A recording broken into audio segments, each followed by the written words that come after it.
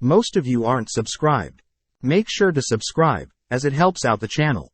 Without further ado, several days later, Haruto and Char wake up, having shared a bed in their wooden hut. Haruto is quite sad, as the first day of his classes has finally arrived, asking Char to summarize what he needs to remember for the upcoming classes.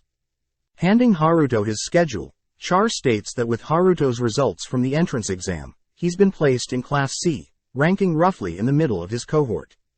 Char also reassures Haruto that his ranking will be updated every exam he takes, but Haruto could care less about his ranking. Checking out the classes that Char had picked for him, Haruto realizes that Char had picked some difficult classes, having believed that her big brother needed a challenge at school. Thinking for a bit, Haruto realizes that maybe with these advanced classes, he can possibly get expelled if he intentionally performs badly, thanking Char for her consideration. Before Haruto leaves for school, Haruto can't help but embrace his little sister, noting how Char is squeezing him quite tight. Teleporting to his dorm room, Haruto leaves through his building, spotting Iris who had been waiting for Haruto. Introducing Liza to Iris, Iris immediately senses that Liza is quite powerful, impressed that Haruto has such a lovely attendant, officially greeting Liza as Haruto's friend. Walking to class, Iris is shocked to hear that Haruto is in Class C, revealing that she herself is in Class A.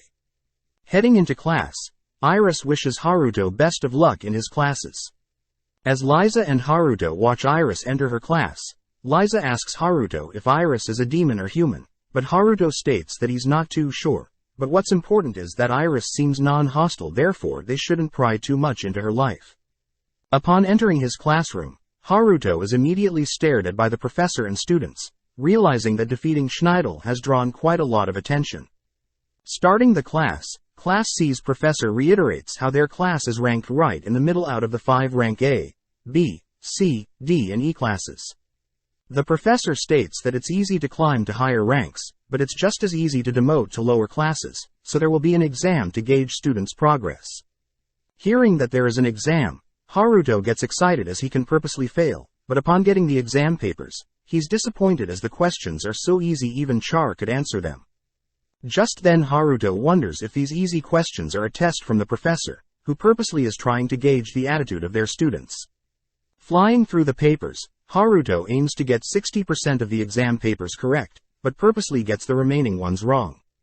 Collecting all the papers, the professor states that the class average is 20, disappointed as Class B students should easily get 50 out of 100 no problem. Nonetheless, the professor congratulates Haruto, having achieved a 60 and being the highest ranking in the class, gaining applause from the whole class.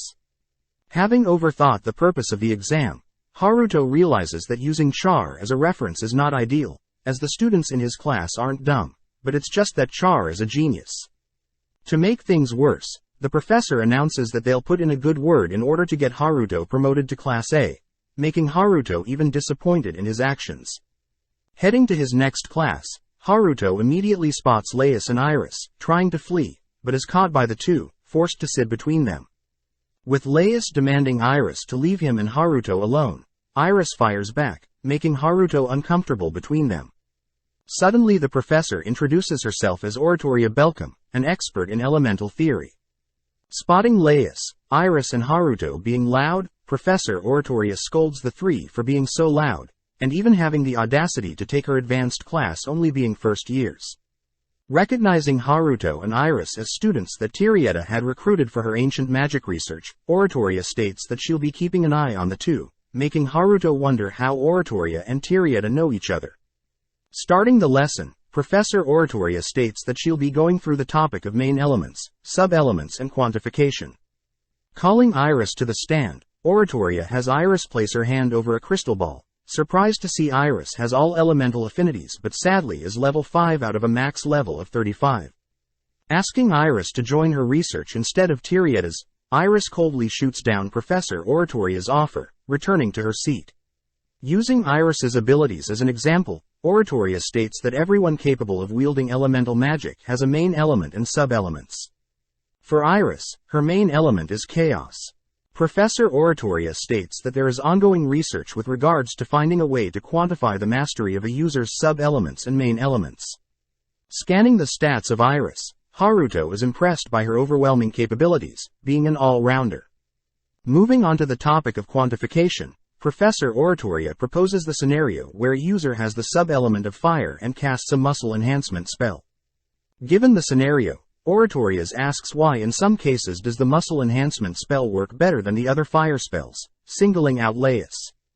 Pondering for a bit, Laius suggests that using a spell multiple times allows the spell to become stronger, but Professor Oratoria states that isn't always the case, given previous research. Hearing this, Haruto mutters that these must be hidden properties for each elemental affinity, immediately catching Professor Oratoria's attention. Demanding to know what Haruto just said, Haruto explains that if the fire element has a hidden property of enhancement, that would explain why the muscle enhancement spell would work better than any other fire spell. Stunned to hear that a mere student is saying this, Professor Oratoria states that a mysterious individual has been sending their school papers regarding the concept of hidden properties, and that these papers haven't been made public, not even for royals. Completely astonished that Haruto had come up with the hidden properties idea all by himself, Oratoria asks that he join her research, but Haruto denies the offer as well. Sitting there, Haruto thinks about how he knows of only one person that may be smart enough to even know of these hidden properties, this being Char. With Iris and Haruto's clone heading to Tirietta's research club, they learn that Tirietta and Polkas are throwing a party, having recruited students for their club. Suddenly Haruto and Iris spot Schneidel, who is here seeking the help of Tirietta, trying to remove the curse Haruto had placed on him a while back. With some research, Tirietta deduces that the curse is a form of barrier magic that is completely invisible, but when magic is injected into the barrier, it causes pain to the person afflicted by the curse. Additionally, since the curse has lasted more than a single day, Tirietta deduces that the curse is not elemental magic, as it clearly doesn't use mana, but the curse is a form of ancient magic.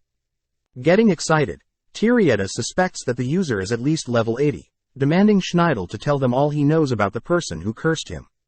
Hesitant at first, Schneidel states that it was a masked man shrouded all in black, giving Tirietta an idea of the culprit. Turning to Haruto, Tirietta states that she's heard of the legend of the Black Knight that guards his father's domain, but from Schneidel's description, it seems that the Black Knight is here at their school. Cornering Haruto with questions, Tirietta asked what type of ancient curse he used on Schneidel, but suddenly Haruto transformed interrupts, introducing himself as Shiva the Black Knight. Turning to Schneidel, Haruto reiterates that he'll release Schneidel's curse if he calls off the duel with Haruto, forcing Schneidel to agree. Before Haruto can leave, Tirietta binds Haruto, forcing Haruto to scan Tirietta, seeing that she can use earth and dark magic. Stating that her magic is the best of the best, Tirietta is stunned to see Haruto break from her binds, realizing that Haruto has returned the favor, binding her in place. Realizing that she needs to use the bathroom, Tirietta agrees to stop looking into the Black Knight, allowing Haruto to leave, releasing Tirietta from her binds. Thanks for watching. Subscribe, like and comment.